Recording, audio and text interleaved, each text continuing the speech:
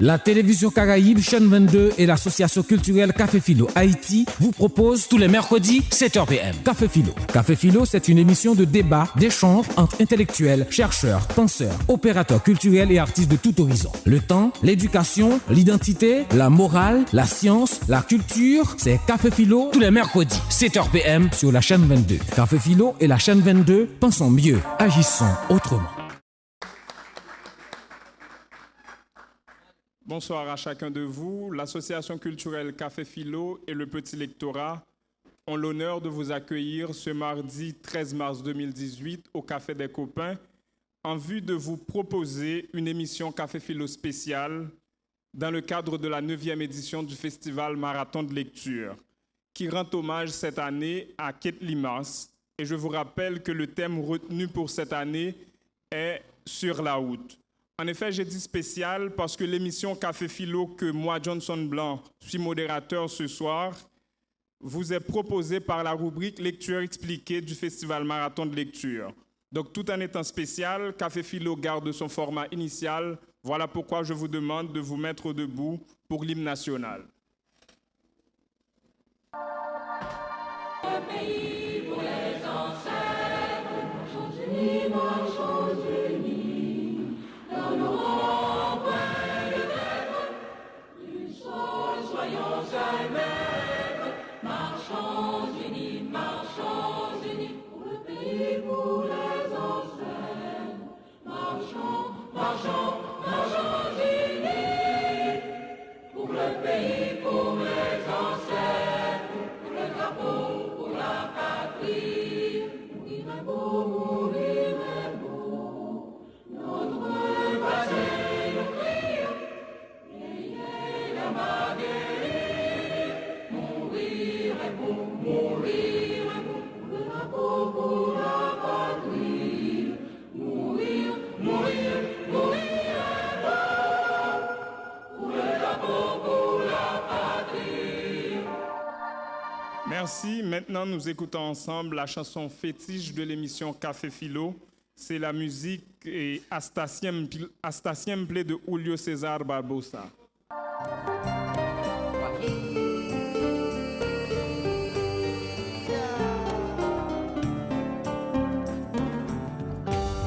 Aprendimos a quererte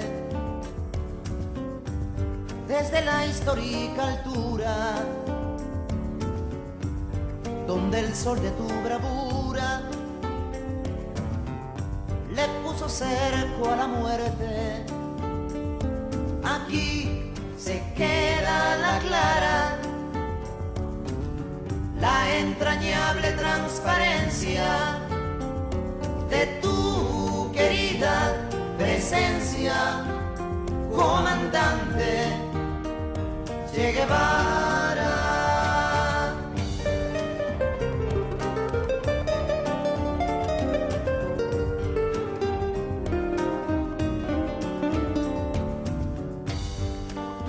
Gloriosa y fuerte, desde la historia dispara, cuando todo Santa Clara se despierta para verte. Aquí se queda la clara, la entrañable transparencia de tu querida presencia, comandante Che Guevara.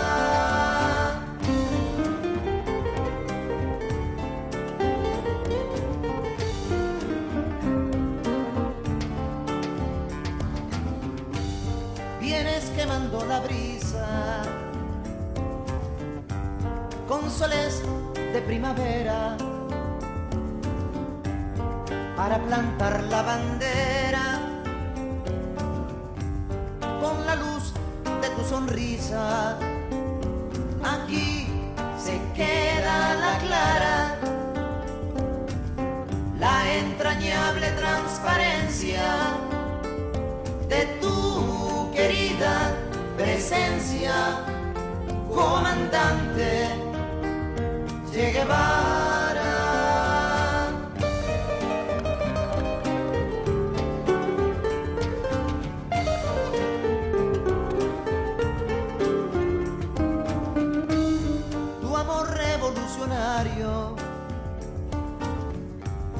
que conduce a nueva empresa, donde espera la firmeza de tu brazo libertario. Aquí se queda la clara, la entrañable transparencia de tu querida presencia, comandante Che Guevara.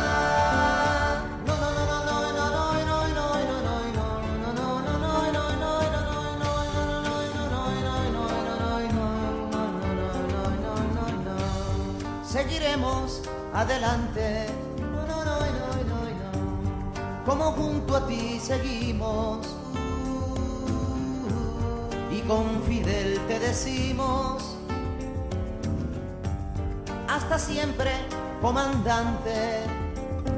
Aquí se queda la clara, la entrañable transparencia de tu querida presencia, comandante Che Guevara.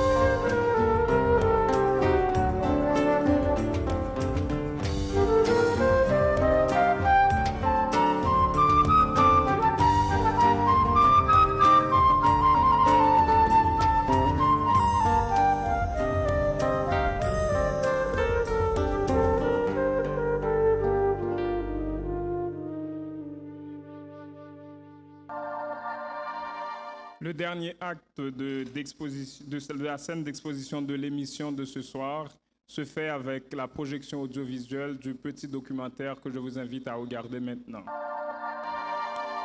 Vous l'avez compris, ce soir nous parlerons de quelqu'un qui a exercé pendant 40 ans sur son pays et sur le monde noir une influence extraordinaire, au point d'être considéré non sans raison comme l'ancêtre de la négritude.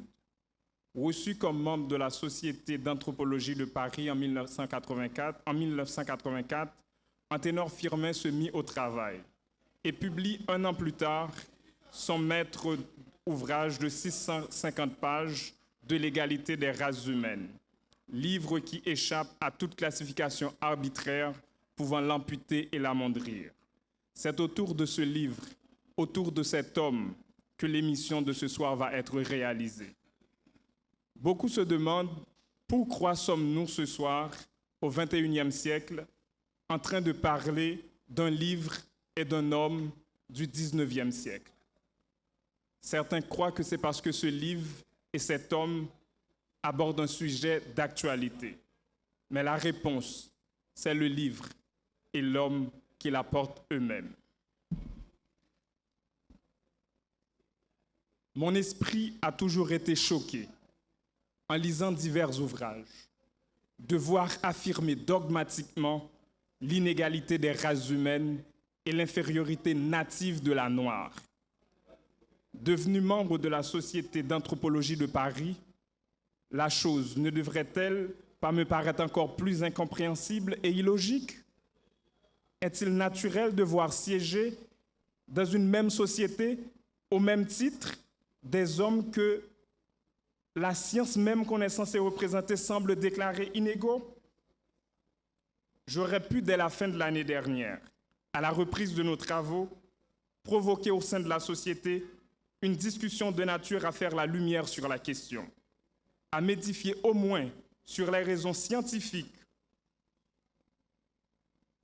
qui autorisent la plupart de mes savants collègues à diviser l'espèce humaine en races supérieures et races inférieures.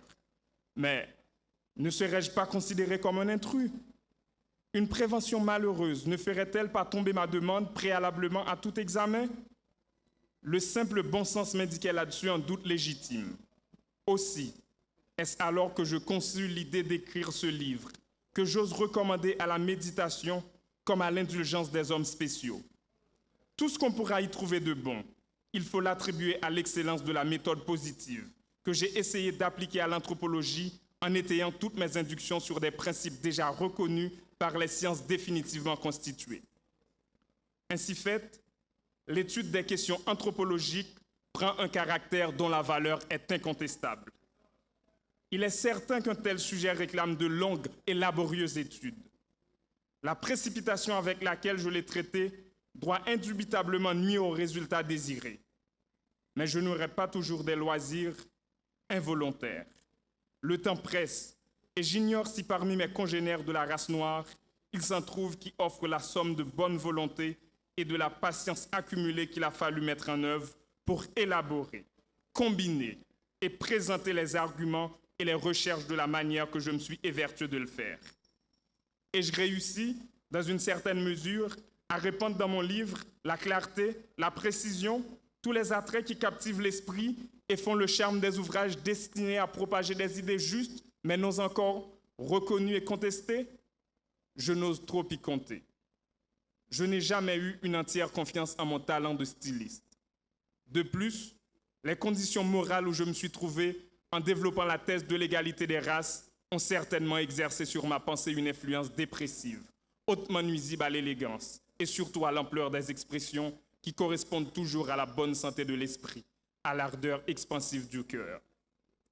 Par-ci, par-là, quelques incorrections ont dû m'échapper. Je demande au lecteur son entière bienveillance. Le priant de considérer les difficultés des questions que j'ai eu à embrasser et la hâte que les circonstances m'ont pour ainsi dire imposée. Peut-être ai-je trop présumé de mes forces. Je l'ai senti parfois.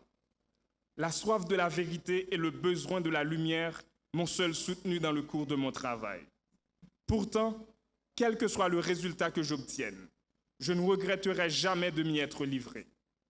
Dans cette masse flottante de l'humanité qui tourne sur elle-même, dit M. Mazon, il existe un mouvement ordonné.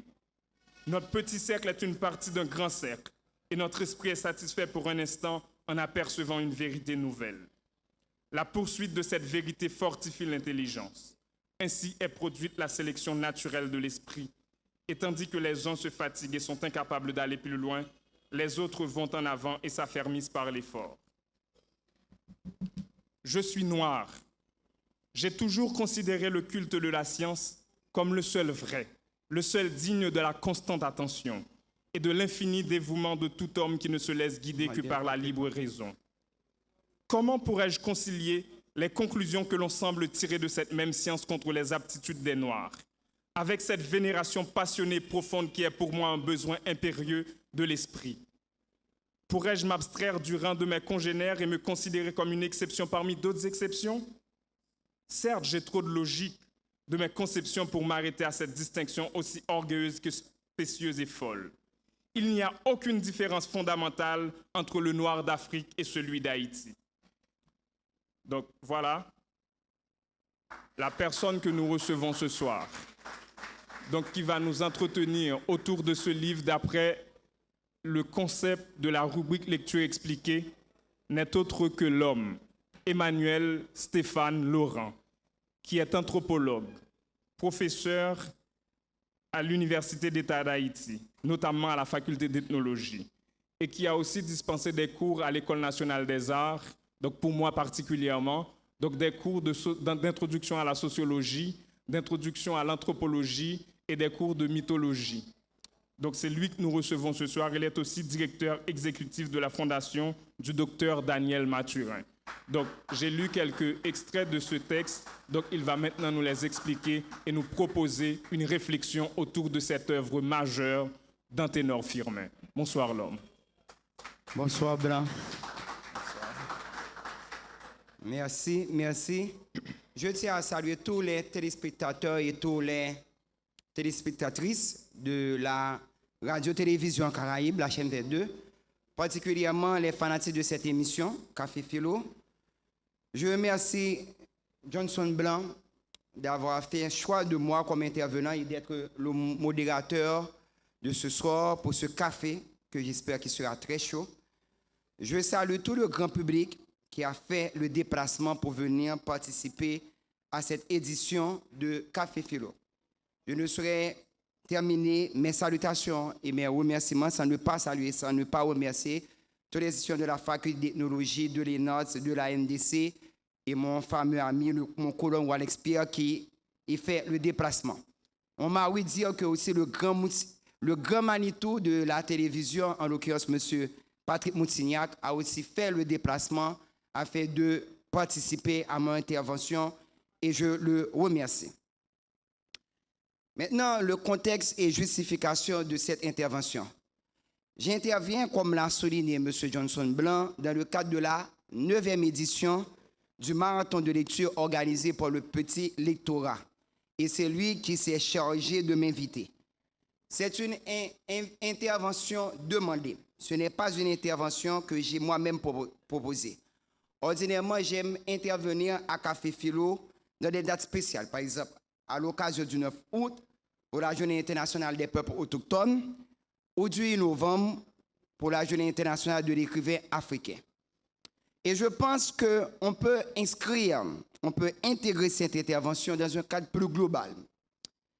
En octobre 2017, j'ai bonne mémoire que j'ai fait une intervention à Café Philo du Nord, au Cap Haïtien, sur un ténor firmé. Et c'est cette intervention même que je reprends ici. Il ne faut pas oublier, deuxièmement, que le mois de février, c'est le mois des Noirs.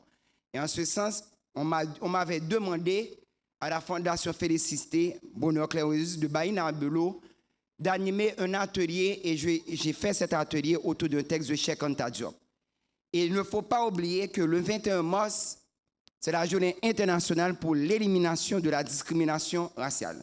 En ce sens, à la Fondation Dr Daniel Mathurin, en prélude à cette journée, on va animer un atelier sur un autre texte de Cheikh Anta Diop. Je ne sais pas si vous êtes au courant, mais moi, dans le domaine de l'anthropologie, je suis branché et je fais de mon mieux pour être super branché.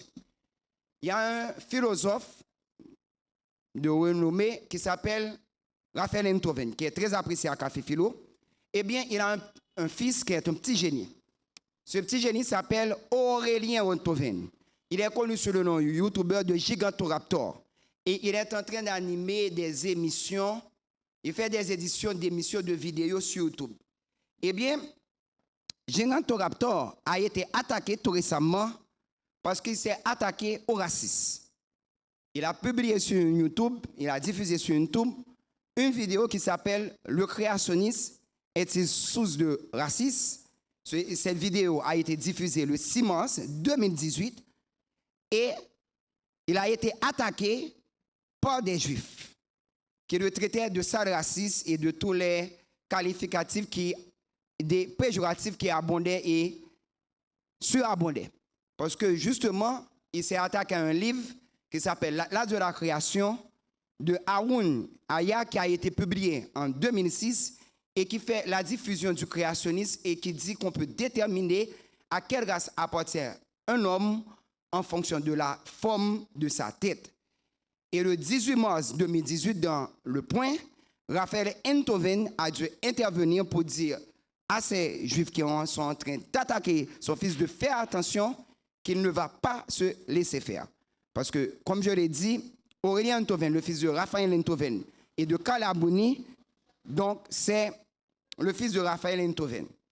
Donc ce soir, je me propose, dans une perspective de lecture et de relecture, de vous parler d'Anténon Firmin comme champion, comme un des champions de la défense des peuples noirs. Je ne crois pas me tromper si je dis que c'est la première vidéo qui soit une initiative haïtienne à être sur YouTube. Parce qu'il y a 2 vidéos et ce sont des initiatives de l'organisation Afrocentricité Internationale. Le monsieur que vous avez vu parler de la petite vidéo de tout à l'heure, c'est un très bon ami à moi qui vit au Gabon, qui s'appelle Iteo Ogoué et qui est membre de Afrocentricité Internationale. Je diviserai mon intervention en 3 parties. Dans un premier temps, puisque je suis dans une logique de lecture, de marathon de lecture, donc j'invite à la relecture, je parlerai de la vie d'Anténon Firmin. Et la vie d'Antenor Firmin, je le verrai entre succès et déboire. Deuxièmement, je vais présenter un résumé des principaux arguments qui ont été développés dans les différents chapitres de cet ouvrage extraordinaire qui s'appelle « De l'égalité des races humaines ». Heureusement que, grâce à Jean-Marie Tremblay, sur les classes en sciences sociales, ce livre peut être gratuitement téléchargé. Il suffit de taper « De l'égalité des races humaines », les classes en sciences sociales, et vous allez pouvoir gratuitement télécharger ce livre. Et dans un dernier temps, je tiens à parler de l'impact du livre, de l'égalité des races humaines à son époque, et en fait, de l'actualité de cet ouvrage qui est extraordinaire. Donc, sans perdre de temps, je rentre dans le cadre de mon exposé, qui est ce fameux, cet extraordinaire, intellectuel haïtien du 19e siècle qu'on appelle Antenor Firmin. De son nom complet, Joseph Antenor Firmin est né au Cap-Haïtien le 18 octobre 1850. Il est décédé à l'île de Saint-Thomas le 19 septembre 1911. En 2011, à la faculté d'ethnologie, il y a eu un comité que j'étais à la tête qui a commémoré le centenaire de son décès. Quelle est son origine sociale? Eh bien, Antenor Firmin, c'est quelqu'un d'origine très humble, très modeste. Et des maisons de l'homme, pour se moquer de lui, disaient que c'était le petit homme du quartier populaire de La Fossette. Quelle est sa profession? Eh bien, Antenor Firmin est avocat, il est anthropologue, bien sûr, égyptologue et diplomate. Alors, comme le disait Johnson Brown, pendant 40 ans, Antenor Firmin a exercé sur Haïti et dans le monde noir une influence extraordinaire, a eu un impact considérable. On peut le conseiller sans se tromper nullement, et je fais là un emploi hypalagiaque, comme l'ancêtre de la négritude. Doué d'une mémoire prodigieuse et d'une intelligence d'élite, Antenor Firmin a développé une formation autodidacte, multidisciplinaire à culture encyclopédique étendue dans les domaines suivants: histoire, anthropologie, sociologie, préhistoire, archéologie, égyptologie, paléontologie, linguistique, physiologie, sciences exactes, géologie, astronomie, anatomie comparée, chimie, physique, sciences morales et politiques, philosophie, théologie et droit. Et cette énumération n'est pas de moi. Si vous allez dans l'introduction de l'égalité des races humaines par Jean Mentellus de Québec, publié à Québec dans l'édition Mémoire d'écrit en 2005, à la page 15 et 16, chiffre romain, vous allez trouver cette énumération. Et pour le professeur Leslie-François Manigat, dans son livre Antenor Firmin, les moments forts d'une vie, les temps d'une doctrine et d'une pratique politique, publié en 2010 à la page 9, Antenor Firmin fut non seulement un surdoué, mais également un autodidacte de génie. Avec toutes ses études, Antenor Firmin a donc été un éternel étudiant, on peut le dire. L'historien haïtien Horace Pauléus Sanon, qui le connaissait très bien, le décrit en ces termes. Particulièrement doué sur le rapport cérébral, sa tête était enrichie d'une masse de connaissances. Et ça, c'est cité par Raphaël Pompidou et Frère Bérou dans Histoire de la littérature haïtienne illustrée par les textes. Parlant de lui, le docteur Rosalvo Bobo a déclaré: « Je vous le dis en vérité, le plus puissant cerveau de la race depuis tous en ouverture. » Et ça, cette citation, vous pouvez la trouver gravée sur une stèle sur la place Antenor Firmin de la place de la faculté de droit et des sciences économiques de Port-au-Prince. C'est là que je l'ai vu pour la première fois. Donc, avocat de profession, sa science, son prestige, son honnêteté le rendaient populaire auprès de la jeunesse et de la classe moyenne. Internationalement connu, il entretenait une correspondance avec des savants et de sociétés scientifiques d'Europe et d'Asie. Polyglotte remarquable, il écrivait et parlait couramment le français, l'anglais, l'espagnol, l'allemand et connaissait à fond le grec et le latin. Ce qui m'a particulièrement marqué quand j'ai touché pour la première fois de l'égalité des races humaines et quand j'étais en seconde, c'est la citation avec laquelle Antenor Firmin commence le premier chapitre de son livre sans traduction. Panton crématon métron anthropos estin. Il ne traduit pas. L'homme est la mesure de toute chose, qui est une citation de Protagoras d'Abder. Donc, en tant que père du relativisme. Quels ont été les quelques travaux effectués par Anténor Firmin durant sa brève vie? Bon, premier travail d'Anténor Firmin, il a été enseignant, et ceci très jeune, à l'âge de 17 ans. Deuxièmement, deuxième travail, il fut employé à une maison de commerce qui s'appelait Staffenor ici, qui était dirigée par un Allemand, et il a tout profité en apprenant des notions de commerce, de connaître, de maîtriser l'allemand. Troisièmement, il fut inspecteur des écoles. En 1878, c'est une date marquante de l'histoire d'Anténor Firmin. Anténor Firmin a fondé un journal qui s'appelle Le Messager du Nord, où il défendait le Parti libéral. Bon, et à la différence des Maisons de l'Ordre qui s'occupaient d'un autre journal, je ne vais pas rentrer dans ces détails politiques, on pourra en parler tout à l'heure. En 1879, il fut candidat à la députation pour la commune du Cap-Haïtien. Mais malheureusement, ça n'a pas pu réussir parce que ses détracteurs ont fait comprendre à ses électeurs qu'il était un mulat plus blanc que n'importe quel blanc qui puisse exister. Donc, alors que c'était un noir. En 1883, Anténor Firmin a accepté une mission. C'était la mission de représentant d'Haïti à Caracas à l'occasion des fêtes du centenaire de naissance de Bolivar. Et il en a profité pour faire le choix d'un exil politique. Le 17 février 1884, Anténor Firmin, grâce aux démarches en grande partie de son ami de toujours Louis-Joseph Janvier, est accepté à la Société d'anthropologie de Paris. Et un an plus tard, en 1885, il publiait son livre phénoménal qui s'appelait « De l'égalité des races humaines » sur lequel on va revenir. En 1889, Firmin fut ministre des Finances et des Relations extérieures. Et ce qui a de remarquable, c'est que en 1891, survient la fin du Mont Saint-Nicolas. Les États-Unis d'Amérique voulaient s'emparer de cette île pour faire une station de charbon pour leur marine de guerre. Le Mont Saint-Nicolas était notamment un point stratégique pour le contrôle du canal de Panama et de la zone américaine de sécurité de tout le bassin caribéen. Les États-Unis dépêchèrent 2 escadres dans les eaux territoriales haïtiennes afin de réclamer cette île.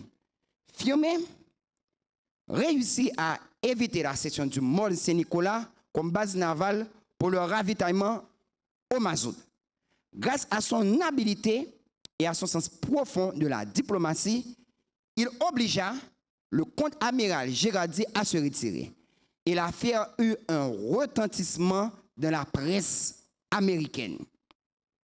Et ce fut le point de départ de la vie d'un homme politique et d'un diplomate parsemé de victoires et de déceptions.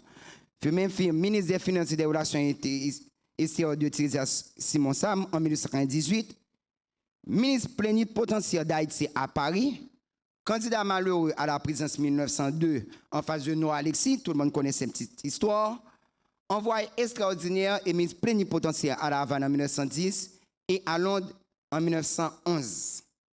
Firmin a écrit de nombreux ouvrages, parmi lesquels De l'égalité des races humaines, anthropologie politique en 1845, Haïti au point de vue administratif, politique et économique en 1891, Une défense en 1892, Diplomate et diplomatie en 1898, Monsieur Roosevelt et la République en 1905, Les lettres de Saint-Thomas en 1910 et L'effort dans le mal en 1911. Mais on ne pourra pas embrasser dans le cadre de cette intervention tous les ouvrages d'Anténor Firmin. Vu que le marathon de lecture me demande d'accentuer mon intervention sur un livre fondamental d'Anténor Firmin, le seul livre à ma connaissance qu'il est écrit et qui est rapport à l'anthropologie. En l'occurrence, De l'égalité des races humaines qui lui a assuré une victoire écrasante sur Gobineau. Alors, sans perdre de temps, un petit moment que je me retrouve dans la documentation. Pour bien comprendre l'importance de l'ouvrage, il faut reprendre le contexte pour comprendre la genèse de l'œuvre. En septembre 1883, le président Lysius Salomon offre à Anténon Firmin d'entrer en son ministère. Il refuse le poste. En 1884, après les événements dramatiques de Miragouane, à la fin desquels Boyer Bazelet et ses partisans perdent la vie, il appartenait au même parti politique. Anténon Firmin décide de s'exiler à l'île de Saint-Thomas, île Vierge américaine, où il demeura pendant un certain temps. Anténon Firmin se rend ensuite à Paris et est reçu membre de la Société d'anthropologie de Paris. Homme de savoir, il avait 33 ans le 17 juillet 1884 quand on a accepté sa demande. Et c'est là qu'il est confronté aux thèses racistes sur l'infériorité des Noirs et particulièrement qu'il prend connaissance du livre de Gobineau qui s'appelle « Essai sur l'égalité des races humaines » et qu'il décide de lui donner une réponse malgré que le monsieur était mort depuis 1883 si j'ai bonne mémoire. Donc, de l'inégalité des races humaines, c'est le livre de Gobineau. Lui, il répond pas de l'égalité des races humaines. Donc, le livre se divise en 20 chapitres qui sont divisés en des sous-ensembles. Bon, je n'ai pas le temps pour développer là de manière très détaillée tous les arguments qu'a développé Firmin. Vous en doutez. Vous en doutez. D'ailleurs, à chaque fois que je veux faire une intervention sur Firmin, j'ai toujours la mauvaise frustration que je n'ai jamais eu le temps de relire le livre pour pouvoir intervenir. Donc, le livre, au chapitre 1, que fait Firmin? Firmin définit l'anthropologie et établit son rapport avec d'autres sciences. Au chapitre 2, Firmin montre l'impossibilité de diviser l'espèce humaine en races et le caractère arbitraire de tous les systèmes de classification retenus. Au chapitre 3, Firmin adopte la notion de trois règnes, c'est-à-dire minéral, végétal et animal, adoptée par l'orthodoxie scientifique. Au chapitre 4, Firmin se jette dans le débat opposant l'homogénisme et le polygénisme. Alors, je vais m'arrêter un petit instant pour vous expliquer ce que c'est le monogénisme et le polygénisme. Qu'est-ce que c'est le monogénisme ou la thèse polygéniste? C'est dans polygénisme, voyez, polys qui veut dire plusieurs nombreux en grec, et génos de gensis qui veut dire race, peuple. C'est la thèse d'après laquelle il y aurait plusieurs races humaines, et chaque race aurait un ancêtre différent. À la différence de la thèse monogénétique ou monogéniste, qui défend qu'il n'y a qu'une seule race humaine et que nous avons tous les mêmes ancêtres. Ce sont les derniers acquis de la biologie et moléculaire, de la paléontologie et de la préhistoire. Tous les spécialistes des sciences naturelles modernes ou de la paléontologie, qu'il s'agit d'Yves Coppens ou de Michel Bounet, ou encore de Pascal Pic, sont d'accord que nous provenons tous de l'Afrique et nous avons tous un seul ancêtre. Donc, Firmin se jette dans ce débat-là, et c'est extraordinaire à son époque. Il montre que le polygénisme, c'est une thèse raciste à cause de son idéologie, et il défend le monogénisme. Dans le chapitre 6, qui s'appelle Hiérarchie factice des races humaines, Firmin s'attaque à la thèse de l'inégalité des races humaines. À ses yeux, cette thèse est non seulement anti-scientifique, mais anti-philosophique. Elle ne repose que sur l'exploitation de l'homme par l'homme. Ce qu'on pourrait dire avec Terence, repris par Thomas Hobbes, Homo homini lupus. L'homme est un loup pour l'homme. Donc, toutes les sciences, ce que moi Firmin dans ce chapitre, c'est que toutes les sciences inventées par les savants racistes, qu'on peut appeler encore les raciologues, pour justifier l'existence des races humaines, sont fausses. Qu'il s'agit de la cranométrie qui essaie de déterminer à quelle race peut appartenir un homme en fonction de la forme de son crâne, qu'il s'agit de la phrénologie inventée par Joseph Gustave Gall, toutes ces sciences sont fausses. Au chapitre 7, qui s'appelle Comparaison des races au point de vue physique, Firmin montre que tous les arguments retenus par les savants racistes, taille, force, musculaire, beauté, ne résistent pas à l'analyse. Et ce qu'il y a de plus extraordinaire, et c'est en ce sens qu'il se montre un précurseur de Cheikh Anta Diop, c'est que le chapitre 9 s'appelle l'Égypte des pharaons et de la civilisation. Et une des preuves contre la thèse de l'infériorité raciale avancée par Anténon Firmin, bien avant Cheikh Anta Diop, bien avant George James, dès 1885, c'est que la civilisation de l'Égypte, des pharaons, était peuplée de négroïdes. Et comment Firmin possède, c'est extraordinaire qu'on fait la comparaison entre Firmin de l'égalité des races humaines et Cheikh Anta Diop, National Agriculture. Il se base sur une étude encyclopédique, il s'appuie sur des témoignages d'auteurs comme Hérodote, Champollion, Volney, pour montrer que les témoignages des anciens de l'Antiquité ainsi que les études qui remontent au XVIIe siècle prouvent bien que les Égyptiens c'était des nègres. Et on sait que l'Égypte est considérée comme le berceau de la civilisation. Le chapitre 9 s'appelle Perfectibilité des races humaines. Et à la différence des savants racistes de son temps, Firmin se sert de la théorie de l'évolution darwinienne pour montrer l'égalité des races humaines. Le chapitre 12, et dans le chapitre 12, pour Firmin, aux yeux de Firmin, Haïti est la preuve la plus palpable de l'évolution des races et il présente plusieurs échantillons d'hommes éminents de son temps, des Mézard de l'homme, Tertullien Guilbeault, pour ne citer que cela. Le chapitre 12, dans le chapitre 12, pour Firmin, on ne peut pas comparer l'Occident colonialiste et esclavagiste à l'Afrique à l'époque où on a commencé la colonisation et l'esclavage. Parce qu'à ce moment-là, l'Afrique était en décadence. Et il montre que les Africains ne sont pas plus superstitieux que les Européens. Et vous savez aussi bien que moi que cet argument a été repris et développé par Jacques Oumet un peu plus tard dans un texte dont le nom m'échappe mais qui me reviendra sous peu. Je suis sûr que quelqu'un de la salle pourrait me le citer. À propos de la campagne anti-superstitieuse, si j'ai bonne mémoire. Et au chapitre 18, Firmin fait remarquer, et ça c'est un argument qui a encore de la valeur, que tout ce qui est bon est blanc. Donc Dieu est blanc, les saints sont blancs, etc. La Vierge Marie c'est une blanche, etc. Et tout ce qui est noir, donc les démons, etc. Satan, c'est noir. Et ce qui a de fabuleux, je peux dire, c'est que Firmin détourne même un argument théologique en faveur de la race noire. Ordinairement, on prétend que la race noire est maudite parce qu'elle est descendante de Cam qui avait maudit Cam qu'il avait trouvé et Soul. Bon, pourquoi moi c'est ne doit pas de sous? C'est lui faire des ordres pour mon patrouille dessus d'ailleurs Cam c'est couvrir l'alcouville. Et ce que mon Firmin c'est que même si on serait maudit comme race noire parce qu'on est descendant de Cam, comme Jésus est venu sur la terre, qu'il a donné sa vie pour nous sauver, on est automatiquement sauvé et en tant que race noire, on n'est plus maudite. Donc ça, c'est extraordinaire. J'aime bien ce sourire et j'aime bien ce rire. Ça, c'est quelques arguments développés par Anténor Firmin de l'égalité des races humaines. Je suppose qu'il est l'heure que je termine, n'est-ce pas? Donc je passe à la conclusion, je ne saurais trop m'attarder.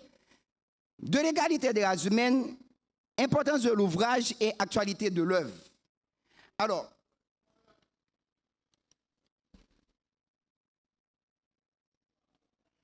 je pense qu'il faut louer, excusez-moi, le courage d'Anténor Firmin, qui n'a pas hésité à contrer les thèses racistes des plus grands savants de son temps et qui a eu l'audace de les combattre.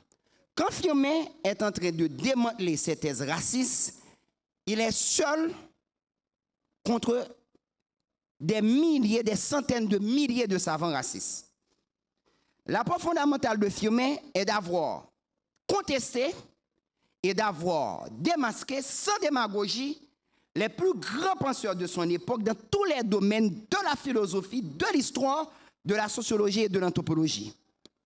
Cette contestation, il faut le remarquer, Firmin ne l'a pas menée à partir d'Haïti, mais en France, pays qui avait la prétention en ce moment-là d'être le centre de la pensée occidentale. Au XIXe siècle, Firmin se bat donc au cœur de la citadelle de l'intelligentsia. Son livre a provoqué un trouble dans la communauté scientifique internationale. En portant ce coup mortel à Gobineau, Firmin, il faut dire que Gobineau est doublement mort. Il est mort physiquement parce qu'il est mort en 1982, Mais il est mort historiographiquement parce que c'est Anténor Firmin qui s'est chargé de l'enterrer une deuxième fois. Et ce qu'on peut remarquer, la plupart des idées développées par Anténor Firmin en 1885 dans De l'égalité des races humaines ont été, et ça c'est l'actualité de l'œuvre, ont été reprises dans une brochure préparée en 1952 par les experts de l'UNESCO sur le préjugé de race. Et comme je le disais, tous les spécialistes des sciences modernes, notamment en histoire, en préhistoire, en paléontologie, en biologie et en particulier en génétique, sont unanimes à reconnaître l'Afrique comme un double berceau. C'est à la fois le berceau de l'humanité et le berceau de la civilisation. Et on se plaît à critiquer la méthode de Firmin, qui a été une méthode essentiellement encyclopédique. Je fais remarquer que Caroline Fleuren-Lobon, qui a traduit pour la première fois Anténor Firmin en anglais, place le texte d'Anténor Firmin parmi les textes fondateurs de l'anthropologie.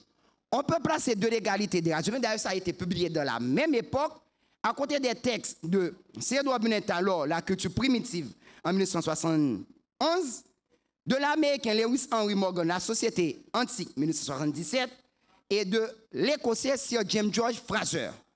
Et ce qu'on peut remarquer, c'est que le racisme n'a pas encore dit ses derniers mots. On est en train de vivre des épiphénomènes du racisme. Et en Haïti, le racisme se présente sous une forme particulière qui est le préjugé de couleur. Sur ce, je pense que j'ai assez dit. Je m'arrête là et je passe la parole à Johnson qui va nous mener à la pause musicale et le débat. Merci. Merci beaucoup, professeur Emmanuel Stéphane Laurent, l'homme. Donc, pour rester dans la logique de lecture expliquée, donc je vous lis quelques phrases de ce texte, donc juste avant de prendre la pause musicale. Donc, la première phrase, c'est « Haïti doit servir à la réhabilitation de l'Afrique ». Donc, c'est une phrase d'Anténor Firmin dans son texte. Une autre phrase que je vous lise, donc ces phrases vous permettront de mieux poser vos questions après la pause. « Je serais particulièrement fier si tous les hommes noirs comprennent enfin qu'ils ont une œuvre toute spéciale et délicate à accomplir, celle de montrer à la terre entière que tous les hommes, noirs ou blancs, sont égaux en qualité comme ils sont égaux en droit. » Donc c'est la deuxième phrase, donc, et où elle a fait extrait du texte, donc qui peut vous servir pour poser des questions. Donc je m'arrête là. Donc on prend la pause musicale maintenant avec la musique de Tidoz. Donc après nous reviendrons pour les questions et réponses.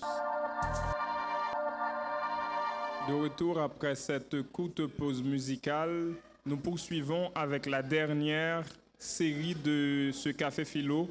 Donc, avec la série de questions et réponses, ce soir, nous prendrons 2 séries de 3 questions et nous appelons la première personne, Henri Robert-Jean, pour sa première question.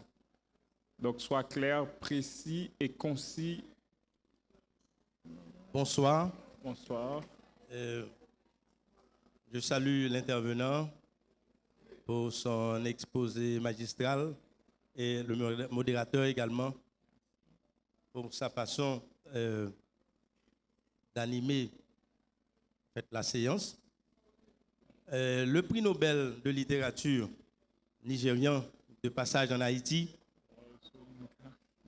a eu à traiter les tenants de la négritude comme des traumatisés. Était-ce sa façon de nous inviter à un dépassement par rapport à la question de couleur? Mais mon étonnement était que si lui, comme invité, il a eu le courage de dire sa vérité sur la question, mais comme hôte à l'Université d'État d'Haïti, les étudiants en recherche et d'autres intellectuels dans l'assistance, comme hôte par timidité, n'ont pas eu le courage de faire une réplique. Est-ce notre manière de réhabiliter l'Afrique? Donc je voudrais avoir une réponse à ce sujet. Merci. Bonsoir. Bonsoir. Salut à vous. Merci. En fait, je n'ai pas une question, plutôt une suggestion, puisque c'est un débat. En tant que penseur, je crois, à mon sens, que nous devons cesser d'étudier les écrivains antérieurs.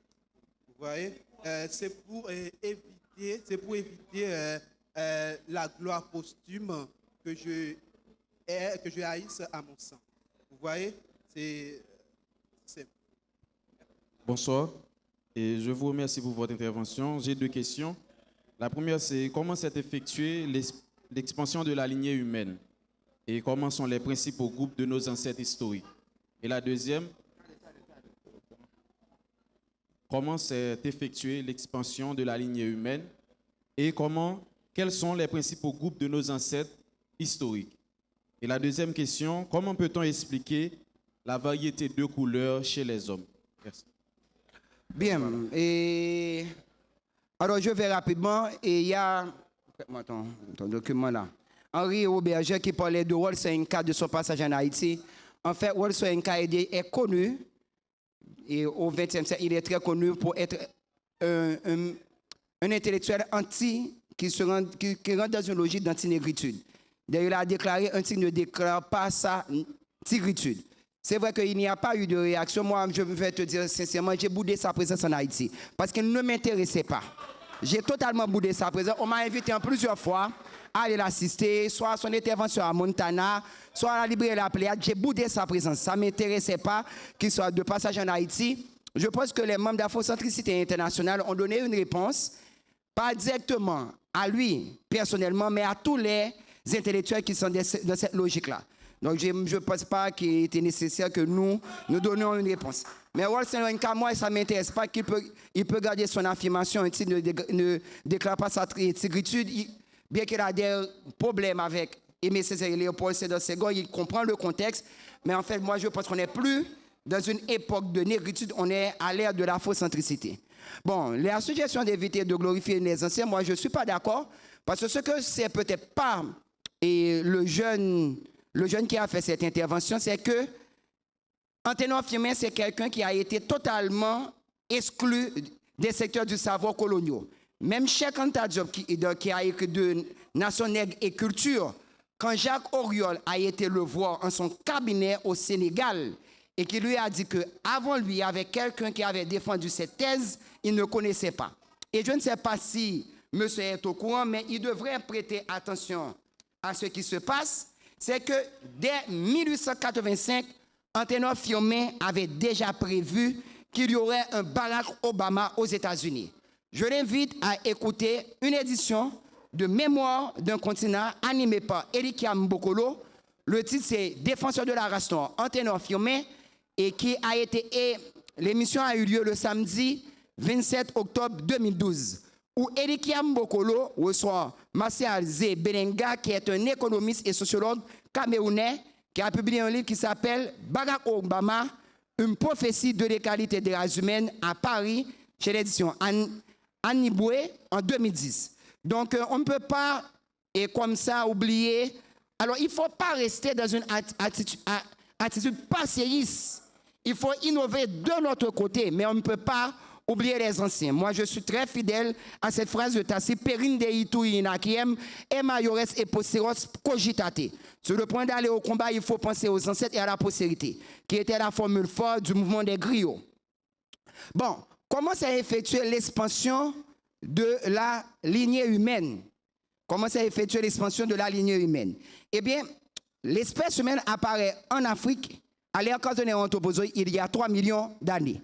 Bon, le premier hominidé, c'est-à-dire un homme qui n'est pas encore anatomiquement moderne, qui a laissé l'Afrique et qui va se rendre ailleurs dans ce qu'on appelle la dispersion out Africa, s'appelle Homo ergaster. Il était noir. Homo ergaster laisse l'Afrique il y a 2 millions et 1 800 000 ans. Les ateliers de la préhistoire par Henri de Lumley, selon Henri de Lumley, pour se rendre en Europe. Il passe par les détroits de Caucase en Géorgie. Il s'arrête en Italie. il devient l'homme de Grimaldi, qui est encore noir. Mais avec l'effet du climat extrêmement froid auquel il est exposé, depuis 1 800 000 ans à 40 000 ans, il va donner naissance à l'homme de Cro-Magnon, qui est le premier ancêtre de tous les Blancs. C'est comme ça qu'il y a eu cette variété de couleurs. L'homme de Cro-Magnon, il y a 40 000 ans, l'homme de Cro-Magnon traverse en Asie. Il y a 15 000 ans, il donne naissance à l'homme de Chancelade, qui est le premier ancêtre de tous les jeunes. Et il y a 12 000 ans, nous traversons en Amérique à pied. Parce qu'à l'époque, il y avait la dernière glaciation qui s'appelle la glaciation Wimoun-Coussin. Il y avait un pont là entre l'Asie et l'Amérique. Donc, nous traversons en Amérique à pied et nous colonisons l'Océanie et le reste du monde en bateau. C'est ainsi que s'est effectuée l'expansion de la lignée humaine. Bon, quels sont les principaux ancêtres préhistoriques? Alors, ils sont plusieurs, mais je vais résumer. Il y a tout d'abord les australopithèques. Excusez-moi, les préhumains. C'est l'anthropocène Toumaï, Oren 6 et Toumaï 5 millions d'années, Oren 6 millions d'années, Ardipithecus ramidus, Ardipithecus kadaba, 4,4, 4,2 millions d'années. Ensuite, vous allez avoir les australopithèques, Australopithecus anamansis, Australopithecus afarensis, Australopithecus baer-ghazali, Australopithecus africanus, Ethiophicus egari. Troisième groupe, on va avoir les Paranthropus. Paranthropus robustus et Paranthropus gracilus. Ensuite, cinquième groupe, on va avoir le Kenyanthropus. Ensuite, on va avoir l'Homo habilis, l'Homo rudolfensis, Homo ergaster, Homo georgicus et Homo erectus. Qui dit Homo erectus parle de nous-mêmes. Donc, ce sont les principaux ancêtres préhistoriques que nous avons. C'est ainsi que s'est effectuée l'évolution de l'espèce. La variété des couleurs, je l'ai expliqué pendant que j'expliquais l'expansion de la lignée humaine. J'ai expliqué cette question de variété de couleurs. Comment c'est apparu avec les effets de l'évolution et les changements de climat. Très bien, redonne-moi la liste. Deuxième série de questions. Ouais. La première personne que nous appelons pour la deuxième série des questions, c'est Mackinder Jean. Mackinder Jean qui s'amène. Donc, pour la première de la deuxième et dernière série de 3 questions. Bonsoir. Bonsoir, Mackinder. Ce soir, je me sens doublement honoré du fait que je sois à Café Philo et du fait que l'on traite du thème parlant d'un ténor Firmin qui a légué son nom à l'établissement scolaire où j'ai fait le 7e à la Philo et où j'étais président central. Donc, comme vous le savez bien, l'homme, sincèrement, est-ce que vous ne trouvez pas paradoxal le fait qu'Anténon Firmin, dans de l'égalité des races humaines, se positionne pour défendre l'égalité des races humaines et au deuxième chapitre, il affirme l'inexistence des races. Est-ce que ce n'est pas un paradoxe? Est-ce que ce n'est pas fort comme paradoxe? Et je salue d'abord l'auditoire là. Ensuite, je salue l'intervenant et le modérateur là. Moi, une question me lancer par rapport avec un propos que Emmanuel Laurent a essayé de défendre, que moi, je souhaité que le préciser pour ça là. Est-ce que Anténon Firmin, c'est fondateur anthropologie haïtienne ou bien fondateur anthropologie à proprement parler? Et ensuite, on pas attirer attention sur perspective positiviste. Après que dans l'ICA, il dit essai d'anthropologie positive.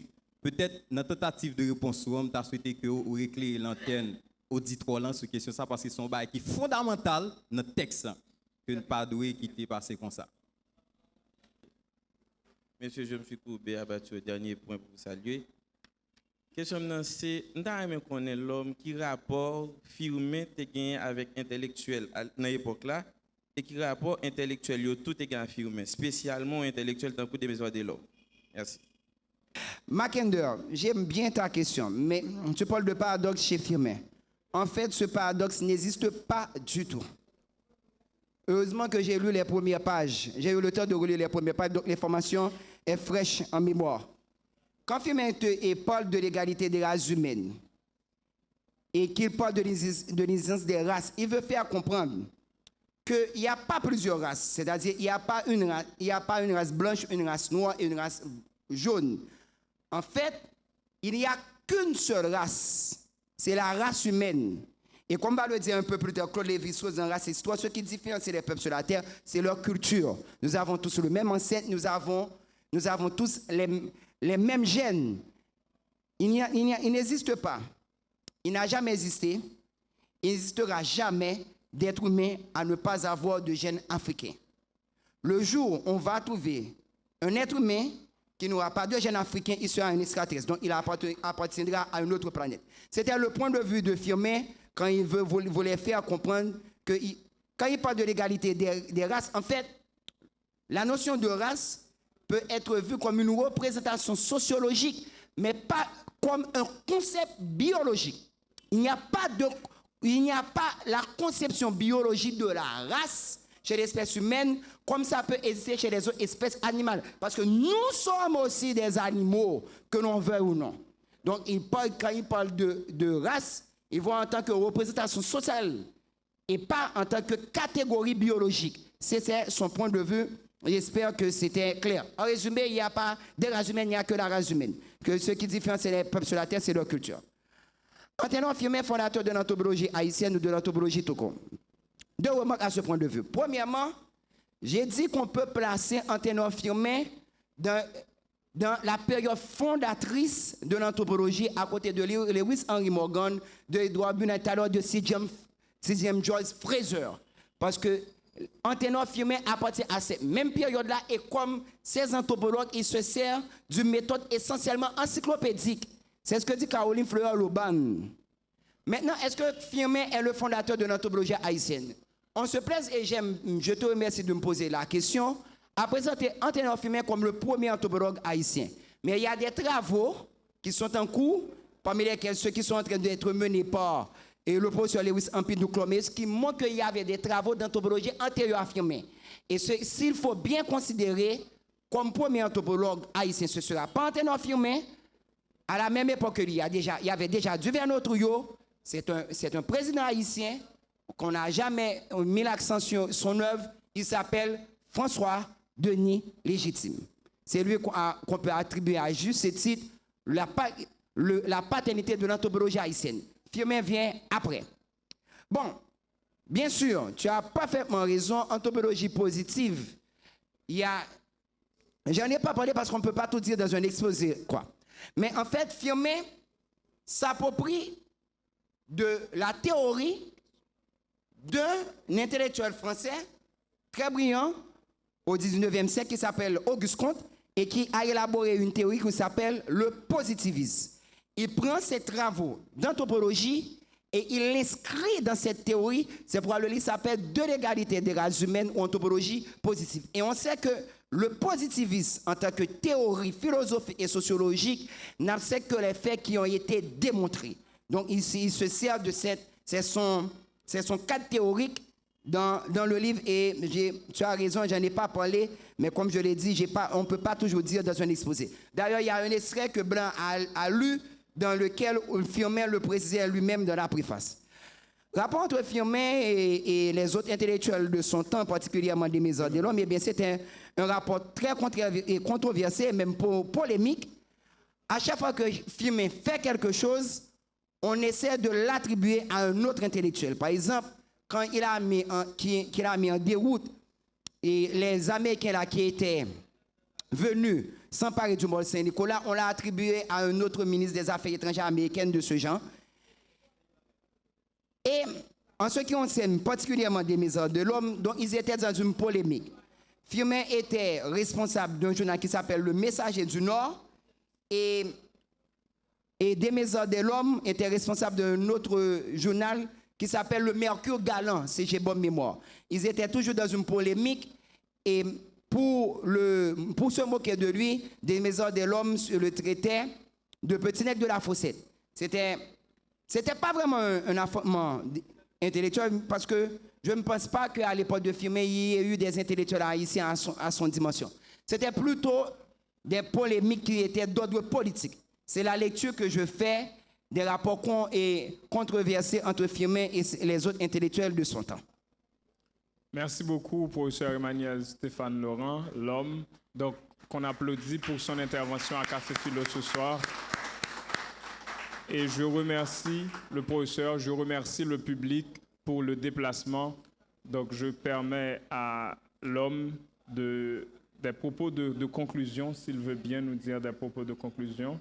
Sinon, je vous donne rendez-vous mardi prochain pour une autre émission Café Philo. Mais en attendant, rejoignez l'équipe du Festival Marathon de lecture sur Facebook, donc avec Marathon de lecture ou le Petit Lectorat, donc pour être toujours informé des informations sur la suite de ce festival marathon qui rend hommage à Kit Limar cette année du 9 au 18 mars. Merci à tous et à toutes.